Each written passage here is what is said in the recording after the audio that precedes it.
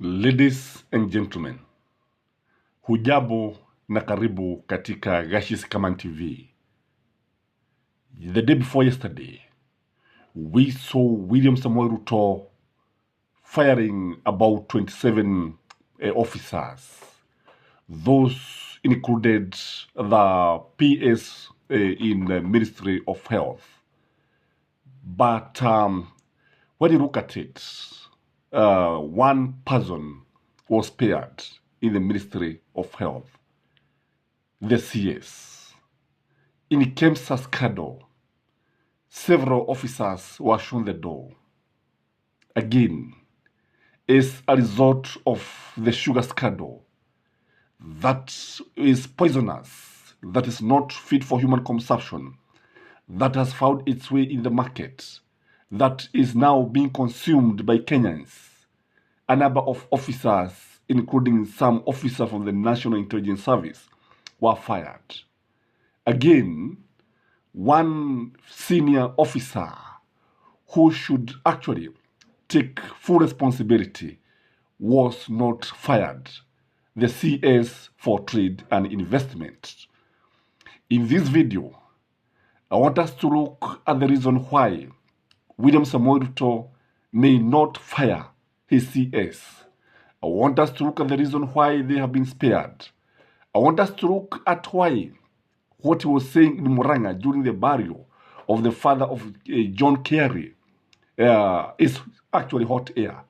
Because if you ask me, I can attest to you that William Samoei Ruto is not going to act. He promised that he's not even going to spare his friends who will put their hands in the cookies jar. Lakini ukweli usemwe. So in this video, I want us to look at the various reasons why he will not dare to sack some of the CSs. And before we do that, please, if you're here for the first time, kindly like this video at this juncture. And maybe if you've never subscribed to our channel, you can take that 1 second to subscribe and leave a comment here. And be sure, because it is a Saturday, I'm going to answer every comment. The first reason, in my view, is because of 2022 elections. You know, William Samoei Ruto is one person who came to power through means that have never been clear to many people. William Samoei Ruto is one person who was sworn in as the president in a contested elections. And I believe some of these people that you see in the cabinet were just being rewarded for being the people who played key roles, especially in Mount Kenya. Some of the Mount Kenya CS that you see in William Samoei Ruto's cabinet are just being rewarded for the way the elections were stolen in Mount Kenya. You know, Mount Kenya is one area that is very, very key when it comes to William Samoei Ruto.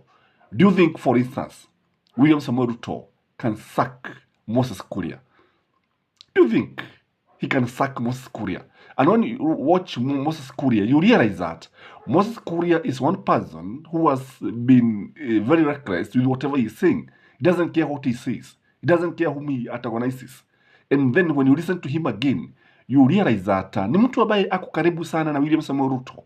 Mambo mengi ambayo anasema ni kwamba huwa tayari ameshajua kwamba William Samoei Ruto atasema hivi. Si mara moja, si mara mbili, ambapo tumemwona Moses Kuria akienda kumwakilisha rais katika mataifa ya Bali. Some indeed even where he's not supposed to be, because you find him in heads of state meeting.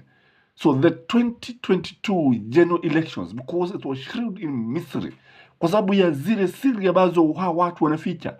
And that is how you see that when William Samoei Ruto wanted Kithure Kindiki to be his running mate, Gachagua was able to tell him, no, you can't do this to me. I have done so many things to you. How can you betray me in this? So that fear, what happened at Karen, is what is likely to happen if somebody like Moses Kuria is shown the door. The second reason is also because of 2027. No, now not 2022. 2027, William Samoei Ruto is one person who is worried. He is not guaranteed of the Kikuyu's support. Na kwamba ikiwa atamwonyesha mlago, ikiwa atamfurusha Mkikuyu yote kutoka baraza lake, and maybe he can dare to sack principal secretaries and directors and board members. But when it comes to people like Moses Kuria, when it comes to people like Kithure Kindiki, I don't think Moses Kuria and Kithure Kindiki and even who jamaa wa nini Musalia Mudavadi, he doesn't have any specific role constitutionally. That's why I even find it very difficult to put him in the cabinet of William Samoei Ruto. Kwa hivyo kile ambacho tunasema ni kwamba hawa watatu mfano hawezi wakufurushwa, because without the support of the Kikuyus, without the support of the Mulebe Nation, William Samoei Ruto is not assured of 2027 victory, kwa sababu akikosa kuungwa mkono na Wakikuyu na Waluhya, kusema ukweli itakuwa vigumu sana, itakuwa rahisi kuagamia kupitia Tundu la Sindano kuliko William Samoei Ruto kuchaguliwa katika the second term. That is why I can tell you what he is doing is to catch the small fish, and the big fish are being spared. Wanaangaliwa tu waendelee tu kupora, waendelee tu kuua watu, kwa sababu what this government is doing, kusema ukweli, serikali hii inaua watu kama vile watu wanavyosema kwamba unapoangalia sasa kule kuongeza kodi, kule sasa kuwafanya watumie sukari yenye sumu, huku ni kuua watu.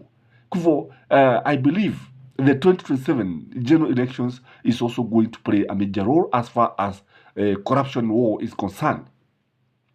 The other reason is because when you look at William Samoei Ruto, truth be told, the center bolt of his presidency is Central Kenya.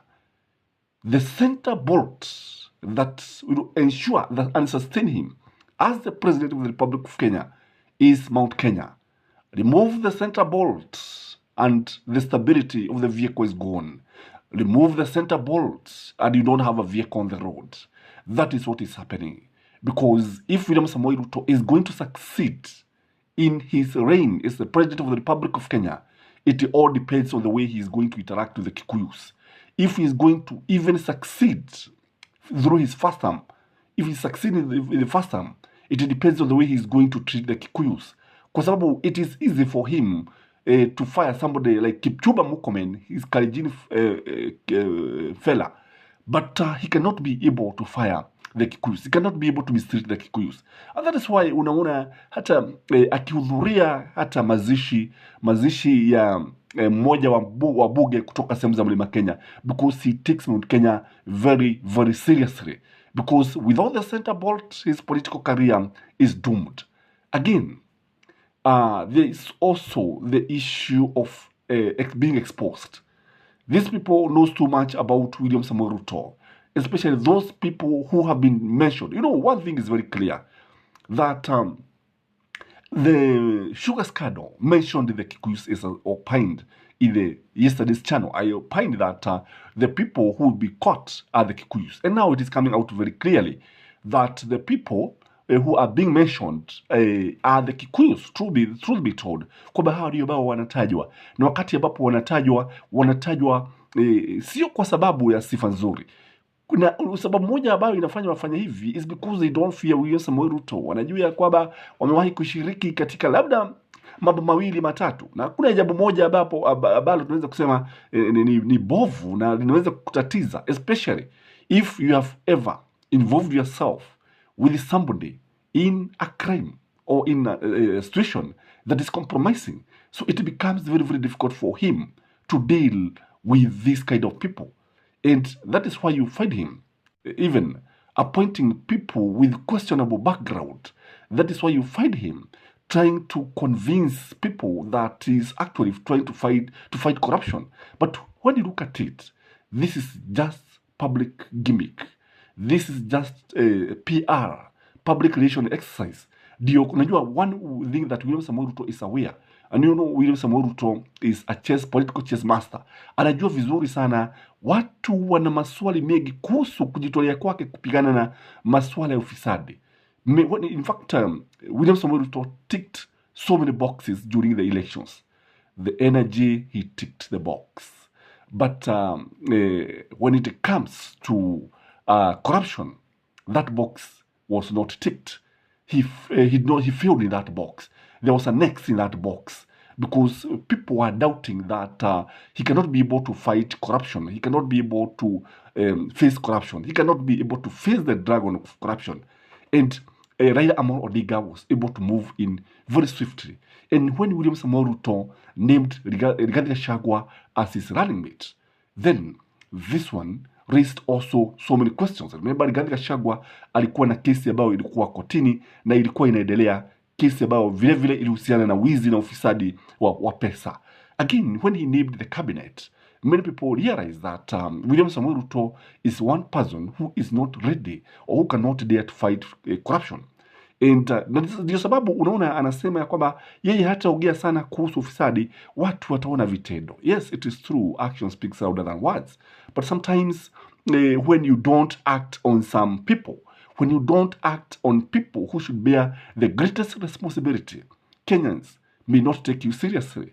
So I believe Kenyans are not going to take William Samoei Ruto seriously when it comes to fighting corruption until and unless he is able to sack and even impeach those people like Rigathi Gachagua, for instance, if he's caught in a cooking jar or if his people are found there, na ikiwa atahusishwa na jambo lolote, sijui kwa nini wasilegwe, because tunajua vizuri sana ni kwamba kama ni mtego wa panya unafaa kushika waliokuwemo na wasiokuwemo, kwa sababu katika hii skado, kashfa hii ya sukari, kuhatarisha maisha ya Wakenya ni jambo moja ambalo linafaa kuchukuliwa kwa uzito mwingi sana.